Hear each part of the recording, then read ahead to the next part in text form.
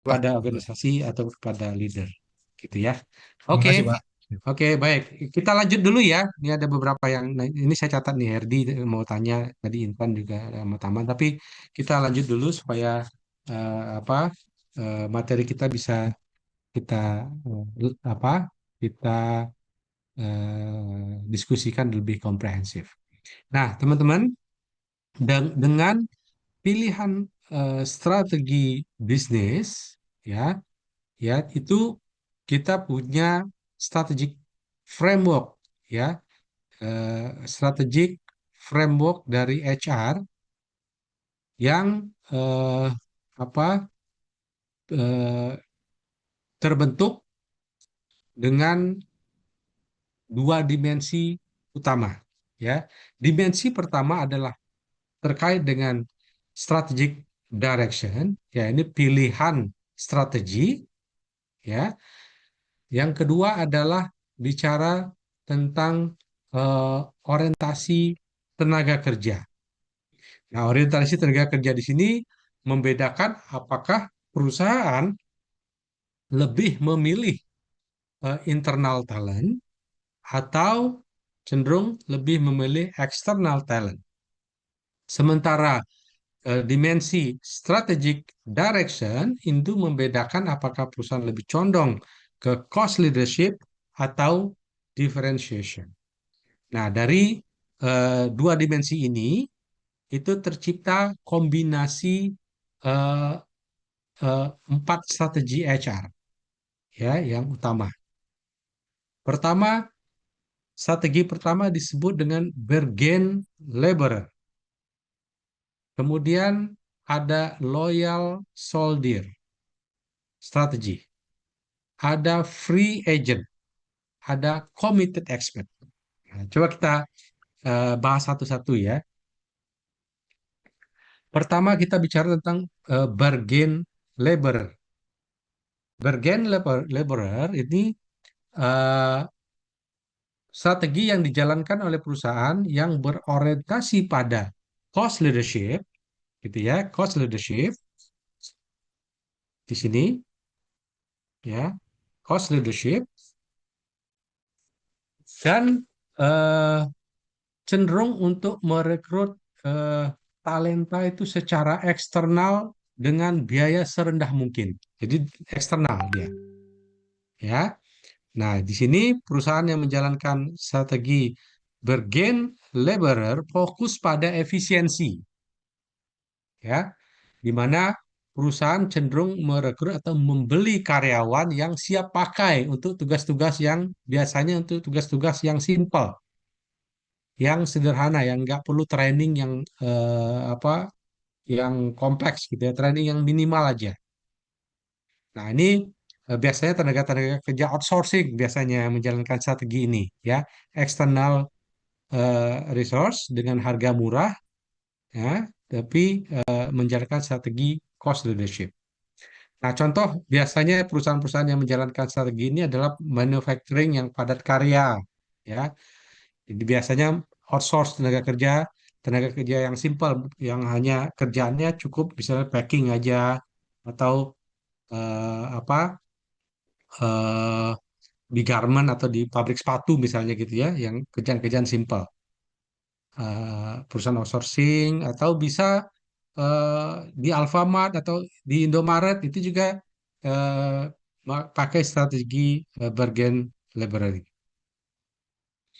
Nah, ini eh, apa namanya? Biasanya perusahaan yang menjalankan strategi bargain laborer itu membutuhkan banyak tenaga kerja operasional dengan terutama turnovernya biasanya tinggi karena tadi ya eh, gampang sebetulnya pekerjaannya dan juga gampang cari orang yang dibutuhkan oleh perusahaan. Ini bargain laborer, penekanan pada efisiensi dengan membeli talent dari eksternal. Yang kedua adalah loyal soldier strategy, ya, loyal soldier strategy. Di sini menekankan pada efisiensi, tapi build talent. Perusahaan itu apa, tetap fokus pada efisiensi, ya, tapi lebih senang membangun talenta dari dalam. Kalau yang tadi beli dari luar untuk tenaga-tenaga kerja yang murah dengan pekerjaan-pekerjaan yang simpel. Nah, kalau perusahaan yang loyal soldier itu menghargai loyalitas. Dia memberikan pelatihan internal, ya, dan biasanya memberikan kesempatan internal promotion berdasarkan masa bakti atau masa kerja berdasarkan konsistensi, ya.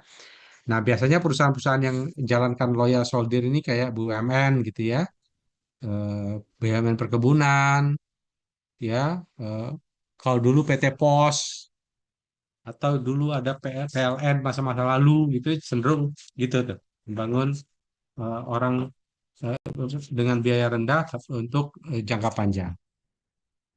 Bisa juga perusahaan-perusahaan manufacturing juga menjalankan strategi ini ya, Indofood, Unilever misalnya itu menjalankan loyal soldier strategy. Mereka biasanya cenderung memiliki jenjang karir yang jelas dan budaya organisasi yang terstruktur.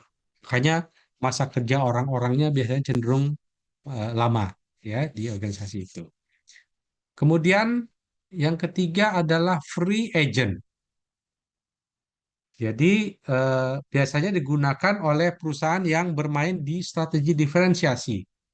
Nah, mereka itu biasanya tidak berkeberatan untuk buy talent, membeli talenta mahal dari luar, ya, dengan harapkan mereka bisa menghasilkan, memberikan ide-ide segar atau ide-ide yang kreatif dan inovatif.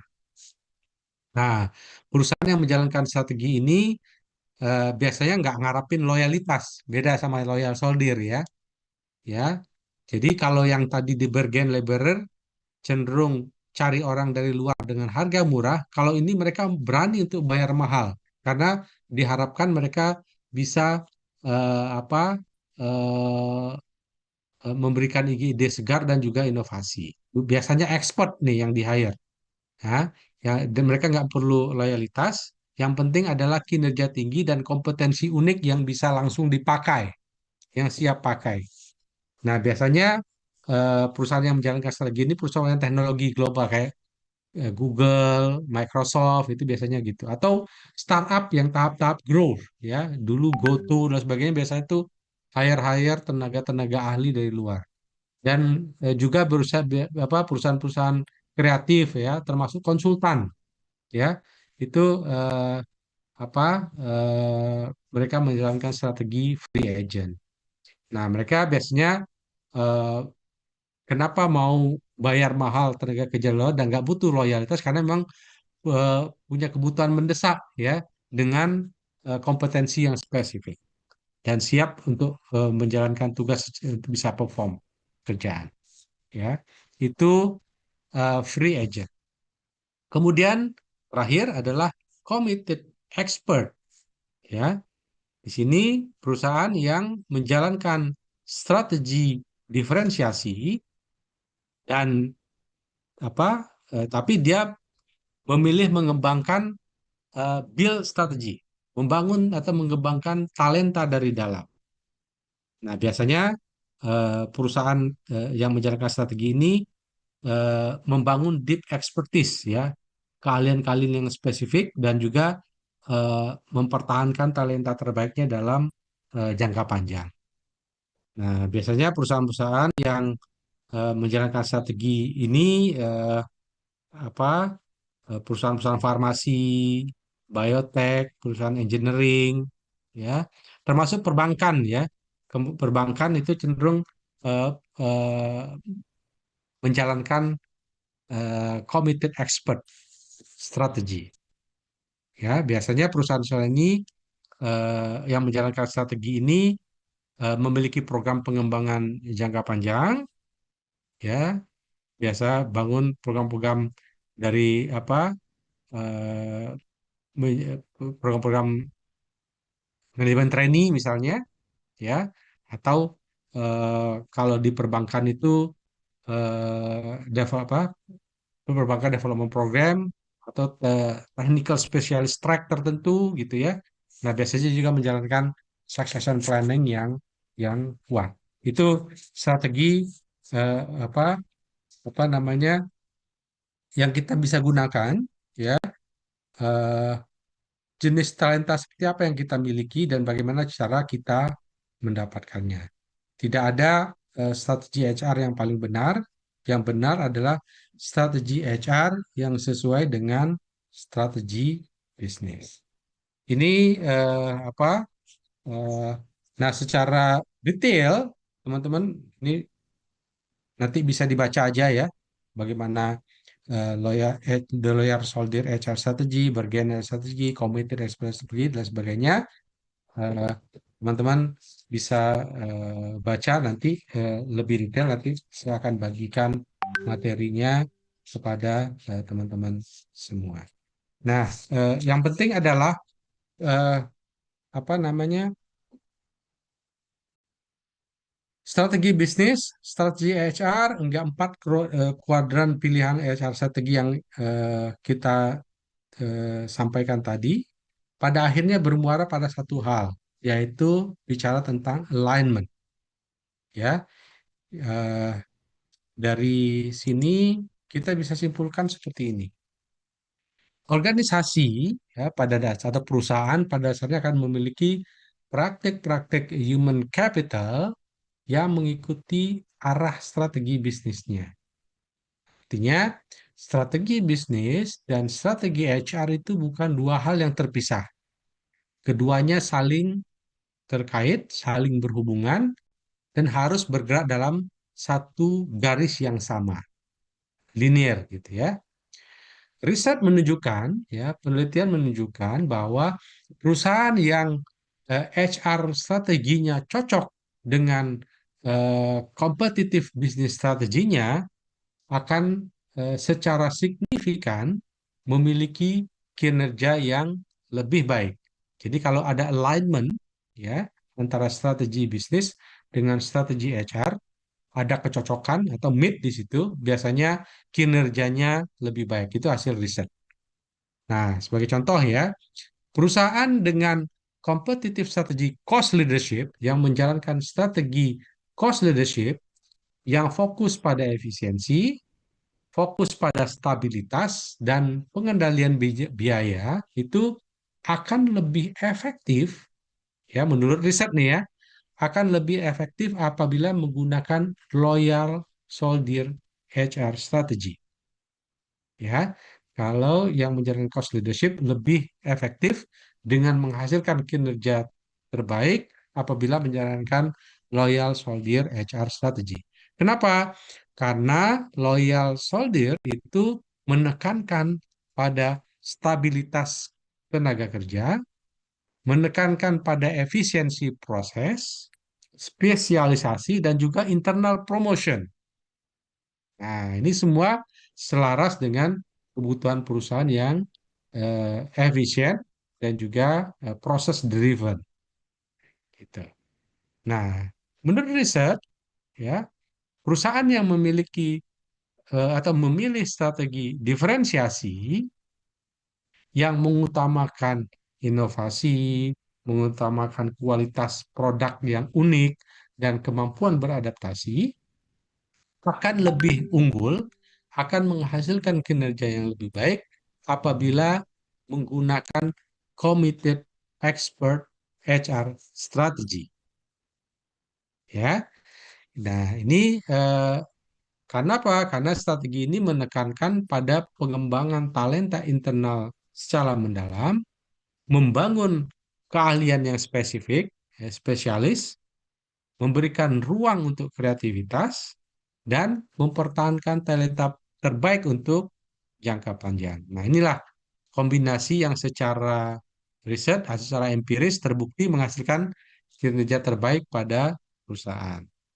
Nah, jadi teman-teman, eh, lesson learn-nya atau pelajarannya adalah sederhana namun sangat fundamental. Tidak ada satupun strategi HR yang paling unggul. Ya, yang unggul adalah strategi HR yang tepat, yang fit, yaitu strategi yang selaras dengan arah kompetitif bisnis yang hendak dicapai. Nah, begitu HR dan strategi bisnis berada dalam satu kesatuan arah, barulah perusahaan kita bisa bergerak lebih cepat, lebih konsisten, dan mencapai keunggulan kompetitif atau keunggulan bersaing yang berkelanjutan. Ya, jadi gitu ya teman-teman. Kalau dari gambar ini, eh, perusahaan yang menjalankan cost leadership lebih cenderung kalau berkinerja lebih baik kalau dia menjalankan loyal soldier HR strategi. Sementara yang strategi diferensiasi akan menghasilkan kinerja yang lebih baik menurut riset atau berdasarkan riset apabila menjalankan committed expert HR strategi. Gitu. Oke, nah sekarang kita lanjut dengan strategi bagaimana apa strategi HR kalau kita menjalankan strategi yang diperkenalkan oleh Miles and Snow. Teman-teman udah ada mata kuliah strategic management nggak? Belum, belum masuk. Belum ada Iya, ya? Oh, belum ada ya. Tapi ya. tapi belum apa memang nggak ada atau belum Kelihatannya belum masuk. Iya, belum belum. masuk ya. Oke. uh, Oh, jadi belum pernah belajar tentang ini ya, apa mm, Porter strategi dan juga strategi Miles and Snow ini belum pernah belajar ya. iya. Oke. Oke. Nah, kita coba ini ya, ya apa frame strategic framework yang diperkenalkan oleh Miles and Snow. Ini sedikit berbeda dari yang dikenalkan oleh Porter karena fokus utamanya Miles and Snow itu pada bagaimana perusahaan merespon perubahan lingkungan dan seberapa agresif mereka perusahaan ini mengambil peluang. Jadi fokusnya seperti itu. Jadi oleh Miles itu dibagi empat ya, ya yang membedakan keempat strategi ini adalah seberapa cepat dan seberapa agresif perusahaan itu beradaptasi atau berinovasi. Pertama, strategi prospektor. Ya, strategi prospektor adalah strategi yang dijalankan perusahaan yang sangat agresif dalam mencari peluang baru. Jadi opportunity seeking, new opportunity seeking. Dia cenderung agresif, sangat agresif mencari peluang-peluang baru. Biasanya mereka lebih inovatif, cepat bereksperimen dan tidak takut dalam mengambil risiko.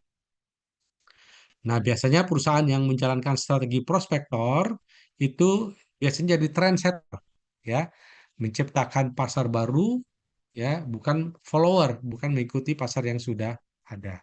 Ya, contohnya Google, Tesla, ya, Gojek itu pada fase awal itu mereka tuh sangat eksploratif dan sangat inovatif gitu ya. Ya, kemudian ada apa Google, ya Tesla juga sangat mencari peluang-peluang mereka sangat agresif dan mencari peluang-peluang baru. Itu biasanya yang namanya strategi prospektor ini cocok untuk industri yang berubah cepat ya. Berubah perusahaan atau industri yang berubah cepat misalnya teknologi atau digital services ya, biotech dan termasuk kreatif industri. Nah, ini biasanya menjalankan strategi prospektor.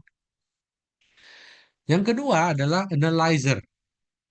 Nah, analyzer ini eh, perusahaannya tidak seagresif yang prospektor, tapi masih inovatif sambil menjaga stabilitas operasional. Gitu. Mereka biasanya cenderung observer, ya mengamati pasar, mengikuti apa yang sudah terbukti, tapi juga tetap mengoptimalkan area bisnis yang sudah stabil. Jadi mereka menjalankan bisnis yang sudah ada, mengoptimalkan bisnis yang ada, tapi tetap melihat peluang-peluang bisnis baru yang ada. Ya, nah ini biasanya dijalankan oleh perusahaan FMCG, P&G, Unilever, ya, atau IBM misalnya, ya, karena mereka eh, ya kombinasi ya antara inovasi dan operasional yang stabil. Kemudian Samsung misalnya juga apa efisiensi manufacturing mereka dan juga inovasi, ya, kombinasi dengan inovasi.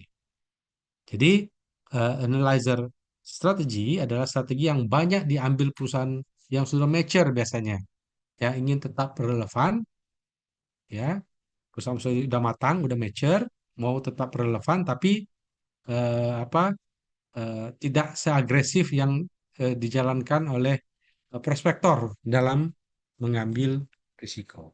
Ya, itu analyzer. Kemudian yang ketiga strategi menurut Miles and Snow adalah strategi defender, yaitu perusahaan yang fokus mempertahankan pasar yang sudah ada. Jadi maintain market yang sudah ada. Orientasinya mirip sama strategi cost leadership, ya, efisiensi, stabilitas, dan layanan yang konsisten. Perusahaan tipe-tipe ini biasanya cenderung tidak agresif melakukan inovasi pasar, tapi sangat kuat dalam menjaga kualitas operasionalnya. Ya, ya contohnya tadi ya Indofood, ya eh, perbankan tradisional, Unilever mungkin termasuk itu ya, karena mereka inovatif tapi lebih fokus menjaga brand atau market share yang sudah ada. Nah, Defender ini biasanya sangat cocok untuk industri yang stabil, ya, dengan pasar yang jelas, dan biasanya mereka bersaing, berkompetisi dengan mengandalkan efisiensi, ya. Itu ini karena mereka punya teknologi, punya kapasitas dan kemampuan untuk produksi yang jumlah massal. Nah, terakhir adalah reaktor. Reaktor ini adalah kebalikan dari ketiga strategi sebelumnya, gitu. Ya, jadi perusahaan ini tidak punya pendekatan yang konsisten, mereka hanya bereaksi terhadap kondisi lingkungan tanpa strategi yang jelas. No strategi. Reaktor ini no strategi. Ini biasanya terjadi pada perusahaan yang sedang krisis biasanya, ya, perubahan kepemilikan misalnya atau gangguan besar dalam bisnis. Jadi eh, apa eh, perusahaan yang no strategi, yang reaktor ini biasanya perusahaan mengalami krisis finansial, kemudian organisasi yang berganti manajemen terlalu sering, gitu ya. Ya, kemudian perusahaan dengan budaya reaktif, gitu ya, tapi yang tidak proaktif. Jadi reaktor itu bukanlah strategi yang diinginkan. Ini adalah kondisi yang harus dihindari sebetulnya, karena eh, perusahaan yang reaktif itu biasanya cenderung tertinggal dari kompetitornya, dari persaingan. Nah, jadi dari Miles and Snow kita belajar bahwa strategi bisnis itu tidak hanya bicara cost dan diferensiasi, tapi juga bicara seberapa agresif perusahaan mengambil peluang dan merespon perubahan. Nah, ini pemahaman ini penting nih bagi kita di HR, di Human Capital, karena strategi HR harus selaras dengan tipe strategi organisasi yang dipilih. HR di perusahaan prospektor tentu akan berbeda dengan HR di perusahaan defender. Nah, bagaimana perbedaannya? Coba kita lihat satu persatu ya. Oke, kita coba lihat dari sisi workflow. Ya, bagaimana eh, apa pekerjaan itu dirancang atau dijalankan. Nah, pada defender strategi ya itu workflow-nya itu menekankan pada stabilitas dan efisiensi. Workflow-nya dirancang untuk terstruktur, gitu. Sangat terstruktur. Produksinya efisien, job description-nya jelas, dan work planning-nya tuh sangat detail. Ya, tujuannya eh, minim minim variasi produk atau services, minim risiko, dan memastikan output selalu konsisten. Nah, biasanya yang menjalankan strategi ini di manufacturing, di operational FMCG, ya, ya, termasuk di beberapa BUMN gitu ya, yang menjalankan defender strategy. Kemudian yang eh, bagaimana dengan prospektor strategi? Bagaimana workflow di prospektor strategi? biasanya lebih agresif mencari peluang baru, ya, membutuhkan workflow yang lebih fleksibel. Pekerjaan tidak bisa terlalu terikat structure, kemudian biasanya job class-nya dibikin lebih luas, dan work planning itu eh, longgar dan akan karena akan diharapkan ada ruang untuk mengeksplorasi. Nah, ini karena diperlukan apa? Karena untuk mendorong inovasi dan juga adaptasi cepat terhadap pasar. Nah, ini agak mirip dengan kalau dilihat dari sini ya, workflow-nya itu agak mirip. Kalau yang Defender itu mirip dengan cost leadership, sementara prospektor itu mirip dengan diferensiasi strategi. Nah, biasanya perusahaan-perusahaan yang menjalankan workflow di apa eh, prospektor itu eh, apa karena mereka mendorong inovasi dan adaptasi cepat terhadap pasar, biasanya dijalankan oleh industri-industri startup digital misalnya atau teknologi, biasa di industri kreatif, termasuk di perusahaan-perusahaan yang eh, kuat dari sisi R&D-nya. Nah, sekarang kita bicara staffingnya gimana, ya? Bagaimana perusahaan merekrut dan memilih talenta, memilih SDM? Bagaimana strategi Defender dan bagaimana strategi Prospector? Pada Defender, ya, eh, staffingnya itu sangat terkontrol. Rekrutmen banyak dari internal, ya, internal rekrutmen, internal sourcing. Nah, di sini yang pegang kendali tentunya adalah orang HR, ya, dalam proses seleksi, ya. Fokus utama dari staffing di Defender Strategy adalah pada kompetensi teknis dan kesesuaian dengan proses. Proses rekrutmen dan sosialisasi formal menjadi penting karena mereka ingin karyawan itu stay lama dan bekerja dalam struktur yang stabil. Nah, ini juga mirip nih sama cost leadership, ya. Nah, bagaimana dengan staffing di prospektor strategi? Mereka membutuhkan talenta-talenta baru yang berbeda dengan perspektif yang lebih segar. Nah, karena itu staffingnya atau rekrutmennya dilakukan banyak hire tenaga dari luar, eksternal. Dan keputusan seleksi itu sering dibuat oleh direct supervisor, ya, karena mereka lebih tahu siapa yang cocok secara budaya dan bisa bergerak dengan cepat, ya. eh, Biasanya tidak terlalu kaku karena yang dicari adalah orang-orang yang kreatif, orang-orang yang agile, orang yang punya kemampuan beradaptasi. Nah, jadi teman-teman, kita bisa lihat bahwa tidak hanya strategi bisnis yang berbeda, tapi cara kita mendesain pekerjaan dan cara kita merekrut orang pun juga harus selaras, harus align. Jika strategi perusahaannya Defender, tetapi strategi HR-nya berjalan seperti prospektor, maka akan terjadi misalignment, ya, yang akan menyebabkan biaya tinggi dan juga tentunya nanti berimplikasi pada kinerja yang tidak optimal. Ya, begitu juga sebaliknya. Ini apa? Kita lihat bagaimana workflow staffing dari Defender strategi dan prospektor strategi.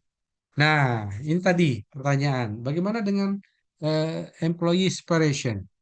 Ya, bagaimana perusahaan menangani pemutusan hubungan kerja atau pergerakan keluar masuk karyawan?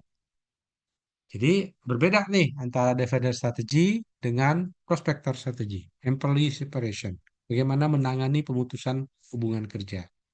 Pada perusahaan yang menjalankan strategi defender, karena orientasi utamanya adalah stabilitas dan rasa aman bagi karyawan, mereka cenderung untuk semaksimal mungkin menghindari adanya pemutusan hubungan kerja. Ya, mereka menggunakan pendekatan kalaupun eh, apa dirasa perlu melakukan pemutusan hubungan kerja, mereka biasanya cenderung untuk voluntary exit, ya, memberikan insentif jika karyawan ingin keluar, ya. Atau tadi, ya, hiring freeze untuk apa? Menahan pertumbuhan tenaga kerja dalam kondisi yang sulit. Nah, biasanya juga perusahaan yang menjalankan strategi Defender, bahkan karyawan sudah keluar tuh mereka masih peduli tuh, ya, eh, dikasih tahu. Ya, nanti ada kesempatan untuk preferential rehiring policy. Jadi di rehire kalau nanti perusahaan sudah lebih baik, ada kesempatan untuk di hire kembali gitu. Jadi ini eh, bagaimana Defender strategi perusahaan yang menjalankan differential strategi terkait dengan pemutusan hubungan kerja. Sebaliknya, perusahaan yang menjalankan prospektor itu lebih fleksibel dan lebih responsif terhadap perubahan pasar. Ya, mereka tidak terikat pada praktik untuk menjaga stabilitas jangka panjang. Nah, ketika kebutuhan berubah, ini perusahaan bisa melakukan layoff, ya, dia bisa melakukan pada saat butuh kebutuhan, ya, kita eh, apa nggak butuh lagi nih, kita butuh yang baru, new new fresh, ya, apa yang new hire gitu, ya, pro hire, ya, kita layoff gitu. Ya, merekrut merekrut sesuai kebutuhan dan menganggap setiap individu itu bertanggung jawab atas karirnya sendiri. Eh, Biasanya juga nggak ada preferential treatment untuk yang sudah keluar seperti tadi strategi di Defender strategi gitu. Ya, karena orientasi utama perusahaan menjalani adalah kecepatan atau agility. Ya.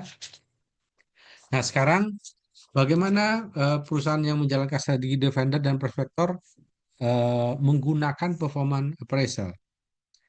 Pada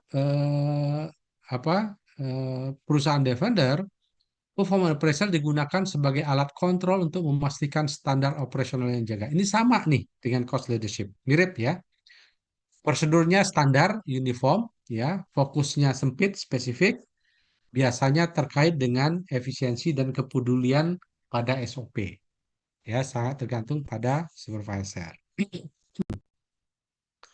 Sementara pada prospektor strategi, ya, performance appraisal digunakan sebagai alat pengembangan, development tool. Ya, penilaiannya customize, multi-purpose, melibatkan banyak input, bisa dari rekan kerja, pelanggan, ataupun stakeholder lainnya. Tujuan performance appraisal bukan sekedar kontrol, tapi mendorong kreativitas dan inovasi, ya. Eh, jadi eh, kalau di sini juga kita lihat mirip dengan strategi diferensiasi yang dikembangkan oleh Michael Porter. Nah, jadi teman-teman kita lihat bahwa arah strategi bisnis itu mempengaruhi cara kita memandang karyawan. Apakah kita ingin menciptakan stabilitas jangka panjang atau kita butuh fleksibilitas dan kreativitas atau untuk beradaptasi. Jawabnya harus tercermin dalam cara kita mengelola eh, separation dan juga bagaimana mengelola performance appraisal. Oke, eh, sekarang eh, kita lihat lebih lanjut bagaimana training, ya, training yang eh, dilakukan oleh perusahaan-perusahaan yang menjalankan strategi Defender. Defender strategi menekankan stabilitas dan efisiensi. Biasanya memberikan individual training yang sangat fokus pada pekerjaan. Spesifik gitu ya. Sebagian besar trainingnya adalah on the job, job spesifik, dan bertujuan untuk mempertahankan kemampuan teknis dari fungsi tertentu. Nah, di sini kita sebutnya sebagai make skill, ya, membuat keterampilan, membentuk keterampilan sesuai kebutuhan proses yang sudah ada. Ini biasanya di pelatihan-pelatihan teknis, ya, training operator, kalau di perbankan ada teller misalnya. Jadi ini pendekatan khusus ya, keterampilan-keterampilan khusus. Pada strategi prospektor membutuhkan fleksibilitas dan inovasi. Nah, trainingnya itu diarahkan untuk memperluas wawasan karyawan. Biasanya training lebih banyak team based dan cross functional ya, karena memang dibutuhkan kolaborasi antar fungsi yang diharapkan dapat menghasilkan ide-ide baru. Kalau tadi di strategi Defender Make Skill, karena ini pendekatannya by skill, membeli atau mendatangkan keterampilan baru dari luar. Ya, untuk apa? Untuk mempercepat inovasi. Nah, terakhir, bagaimana dengan kompensasi? Ya, perusahaan yang menjalankan strategi eh, Defender biasanya menggunakan struktur yang lebih stabil dan terprediksi. Mereka cenderung fixed pay, ya, cenderung fix, eh, lebih apa dominan fixed paymentnya berbasis job based pay, ya. Eh, Kadang-kadang masih senioritas masih berpengaruh, ya. Eh, Biasanya juga eh, keputusan tentang kompensasi lebih centralized karena memang tujuannya adalah konsistensi dan juga bagaimana mengontrol biaya. Sementara pada strategi prospektor yang lebih besar persentase variable pay, ya. Mereka cenderung untuk menerapkan strategi remunerasi eh, untuk menarik dan mempertahankan talenta unggul. Nah, oleh karena itu, variabel P-nya diperbesar.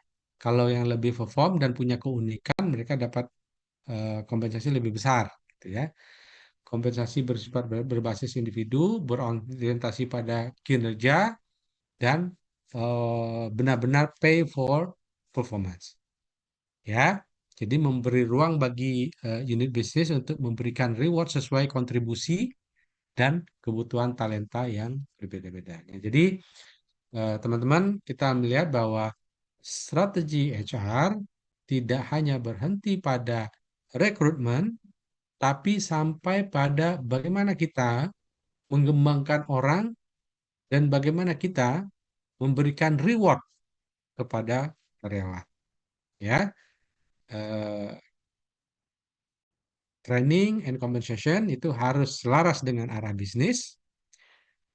Jika tidak, organisasi akan kesulitan meretain atau mempertahankan talenta yang tepat, ya, dan juga akan kesulitan kita untuk mendorong mereka atau menggerakkan behavior atau perilaku mereka sesuai dengan yang diinginkan perusahaan. Defender dan prospektor itu membutuhkan gaya pengelolaan SDM yang sangat berbeda dan HR itu harus mampu merancang sistemnya sesuai dengan strategi yang diambil oleh perusahaan. Itu eh, slide terakhir ya dari saya. Silakan kalau ada yang mau bertanya,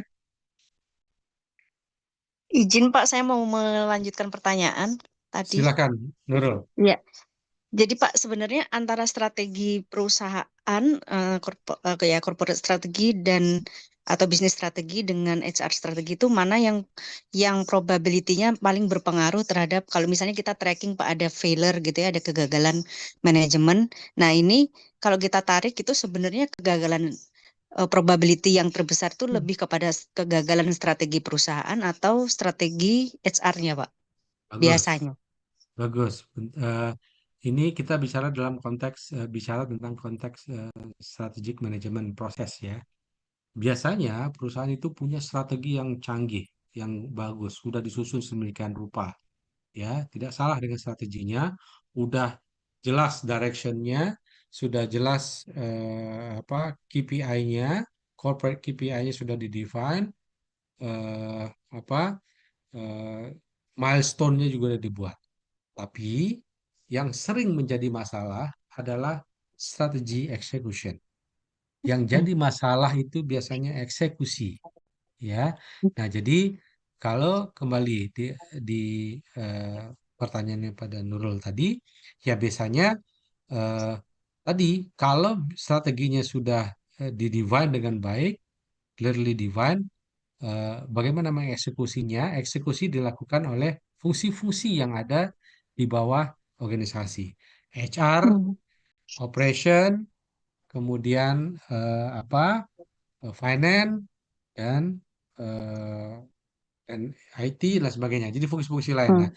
jadi bagaimana tadi kalau seandainya tidak diikuti dengan cascading proses sehingga execution prosesnya itu bisa dilakukan dengan baik, maka kalau kita bicara dalam konteks HR ini, biasa Hmm. strategi eksekusi yang dilakukan oleh fungsi HR-nya yang ini, ya. Hmm. Nah itu Hmm. HR nggak akan jalan karena tadi kan semua kan eh, kompasnya itu strategi bisnis gitu. Nah jadi Yes. kalau memang strategi bisnisnya tidak di-define dengan baik di awal sekali, kalau amburadul strategi bisnis, otomatis HR-nya juga nggak akan Ya. berjalan. Tapi kalau seandainya asumsi nih, strategi bisnisnya bagus gitu. Nah, yang menjadi tantangan itulah eksekusinya. Nah, makanya penting peranan dari middle management. Jadi kan ada aktor-aktor dalam organisasi. Kemarin kita lihat ada tiga ya. Ya. Pertama, top management yang mereka peranannya penting untuk menjaga komitmen, involvement dalam proses penetapan keputusan strategis, dan leadership mereka. Nah, yang aktor kedua adalah lini management atau middle management. Ini sebagai bridging, ya, yang sangat penting perannya dalam bagaimana menerjemahkan sasaran strategis yang ditetapkan oleh top management untuk dieksekusi di lapangan. Nah, itu lini manajemen, itu fungsi-fungsi yang ada di dalamnya HR, operation, finance dan sebagainya. Faktor yang ketiga adalah HR itu sendiri.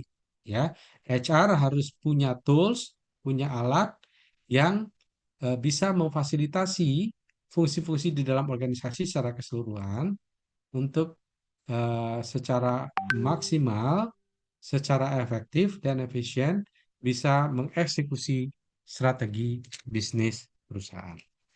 Gitu ya. Oke, Siap. eh, ada Mas Muhammad Ya, Faruk. Ya, izin tadi Pak Agung duluan Pak yang resen. Oh, Pak Agung, silakan Agung. ya. Eh, Pak Ogdar, saya mau merefleksikan di IMP nih Pak Ogdar. Hmm, Jadi di HR strateginya itu lebih ke defender strategi semuanya. Cuma di compensationnya itu kita masuk ke prospektor strategi. Jadi hmm, bahwa individual best pay, kemudian paymentnya juga dari performance best pay hmm, gitu ininya. hmm, hmm, Nah, hmm, termasuk kita penyiapan long term ininya. Kita punya manajemen trainee, udah hmm, mengaplikasikan ini ya. hmm, Tapi permasalahannya adalah kita ini selalu kalah ada dari kayak free agent eh, tadi. hmm, Dia mengambil hmm, dari hasil yang kita didik. Ini real hmm, case-nya adalah 3 tahun lalu kita punya manajemen trainee itu sekitar 40.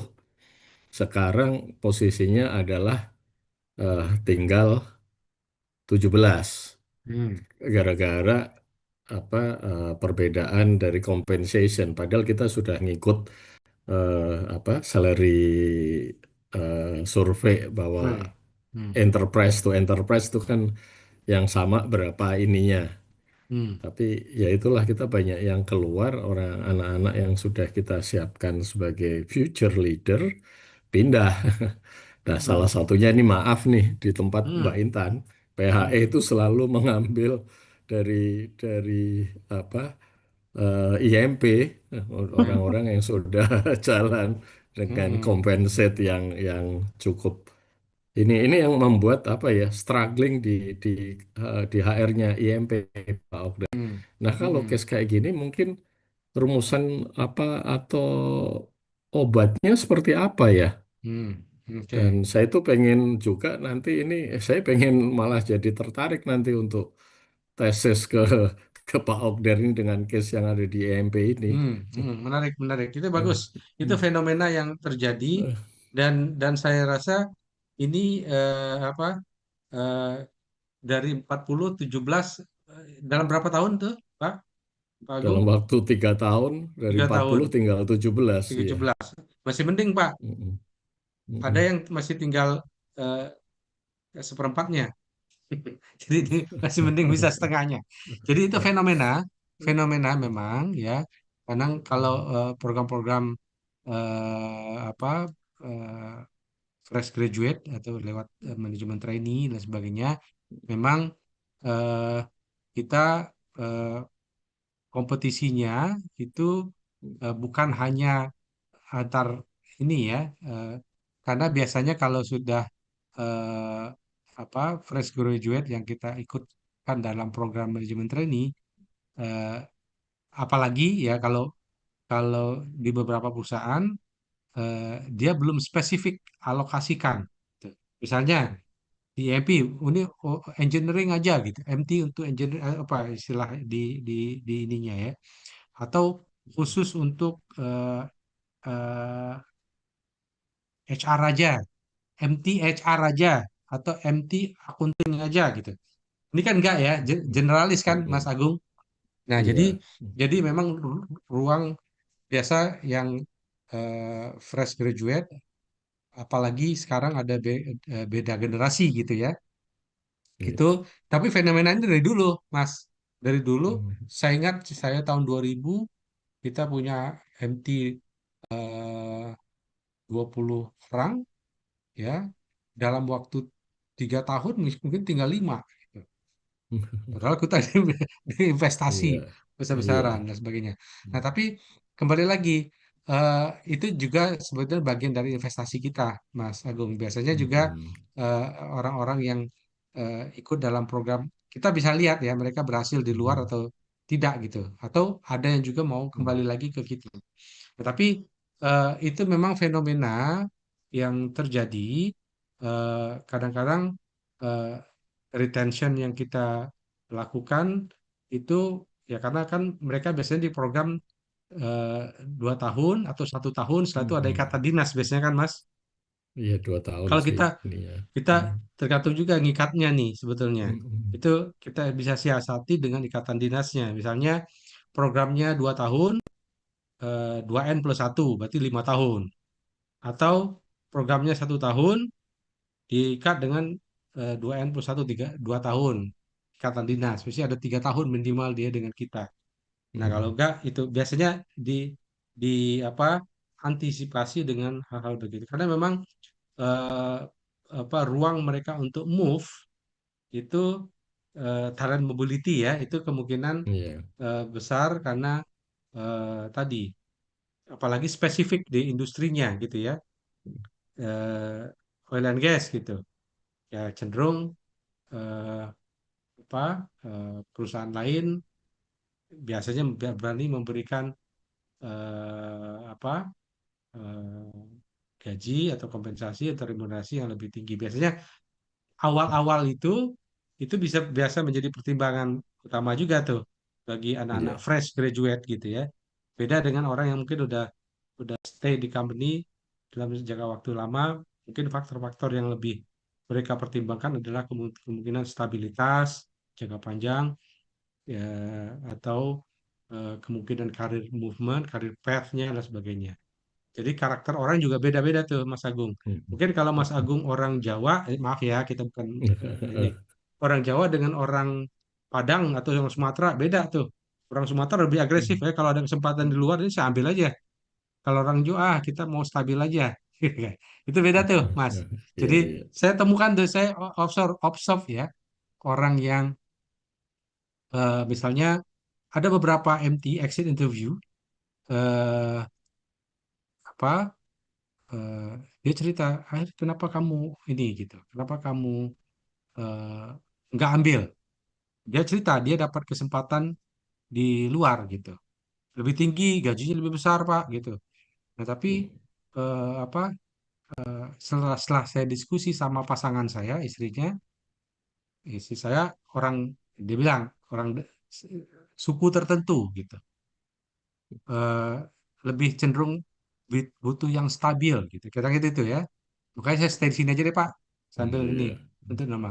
Tapi Pak, kalau seandainya istri saya orang sana Pak, gitu ya, orang suku yang sana gitu, mungkin saya ambil tuh Pak, saya akan didorong gitu, gitu kayak gitu lah. Itu banyak hal, banyak faktor lah Mas. Iya. Maksudnya itu aja fenomena. Tapi itu fenomena yang terjadi dan untuk program-program manajemen trainee, saya rasa itu fenomena yang dialami oleh banyak company, bagian dari investasi jangka panjang perusahaan. Biasanya juga mereka jadi ambassador.